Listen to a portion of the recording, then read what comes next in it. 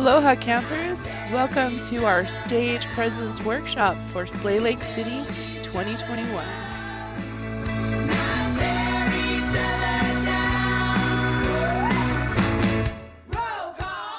My name is Kamilie Harris and I am from Hawaii originally. I moved to Salt Lake City in 1994. I am a mom and I currently work for Western Governors University.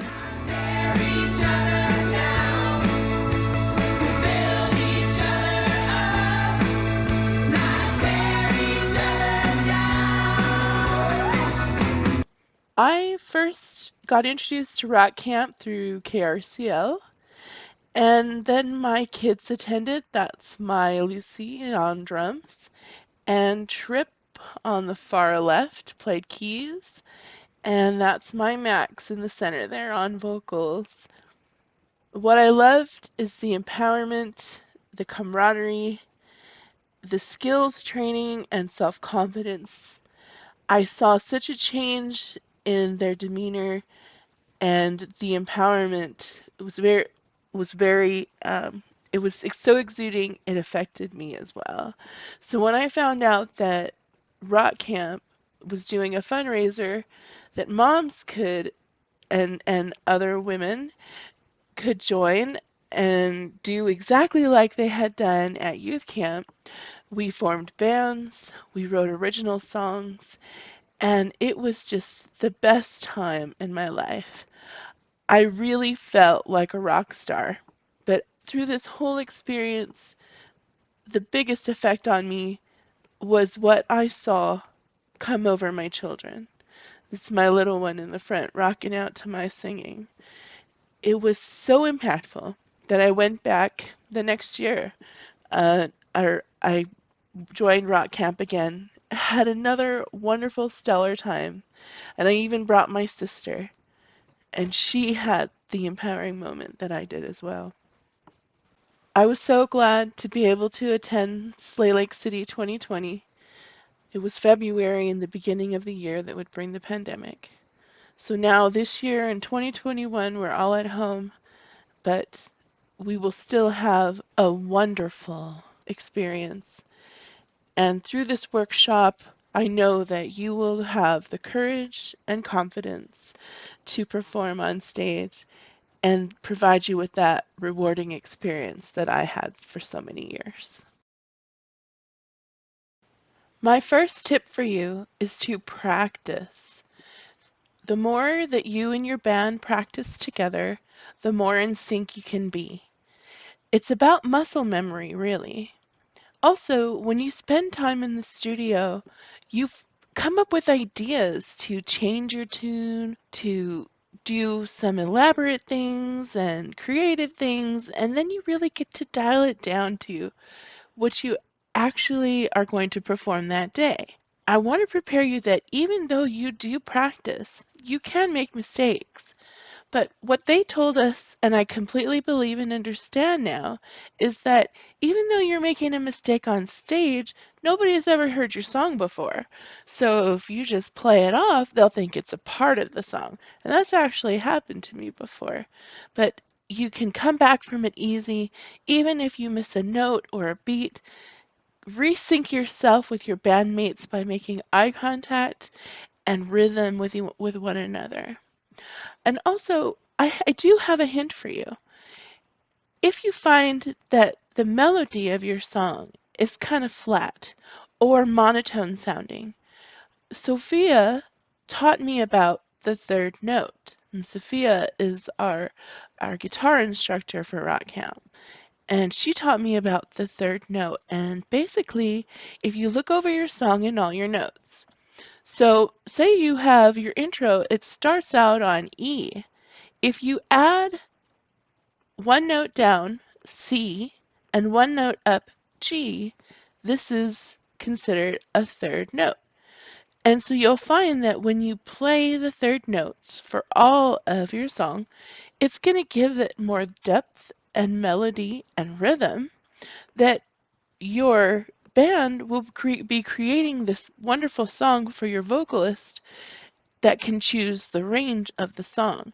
And you're going to find that it adds so much more depth to your sound and a rhythm and melody that is very pleasing.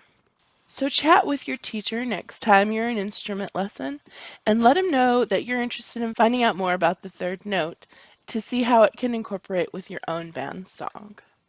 My second tip for you is your band introduction.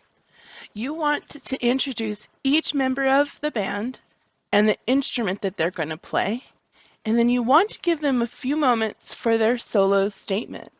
They can do a little riff on the guitar, or a little wail on the drums, or some interesting styling on the keys. That way, the band is preparing the audience for the rocking that's about to happen. It gives them a little bit more connection with the audience, and you'll see that it can combine to give you that stellar audience experience that you're looking for with your stage presence. Now, at the end, you definitely want to restate your band name. Even though the introducer has already introduced you, they'll usually do it in a kind of loud yelling. So you want to give your band name at the end so it's loud and clear and proud. And before you start your song, you'll want to check with each band member that they're ready so that you can go when everyone is ready.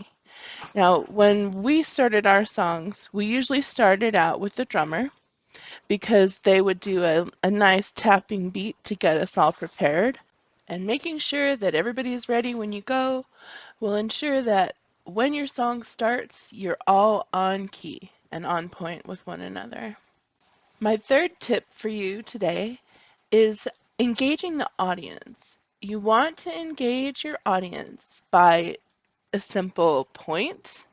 You could just point to the left side of the crowd or do like a sweeping point. That really shares the energy you have. Now, as a vocalist, I've learned that your body movement can encourage your sound and different skills on your instrument. So if I'm going to make a loud sound, I can pretend like I'm throwing a ball to the back of the audience, and it looks kind of like I'm dancing. But I can throw the ball to the back of the audience, and it feels like I'm throwing my voice. Now, for a guitarist, this might be that you're going to point your guitar forward, or your drummer, if you're a drummer and you're hitting your drum with one hand, with your free hand, you can point at people. And also on keys, you can dig in a little bit as you're dancing at your keyboard. And I've actually pointed at my kid, and it really shared the energy and excitement with the audience so that what they were feeling through my music and body language just really added to the performance experience. This actually moves into tip number 4. It's to interact on stage with your band.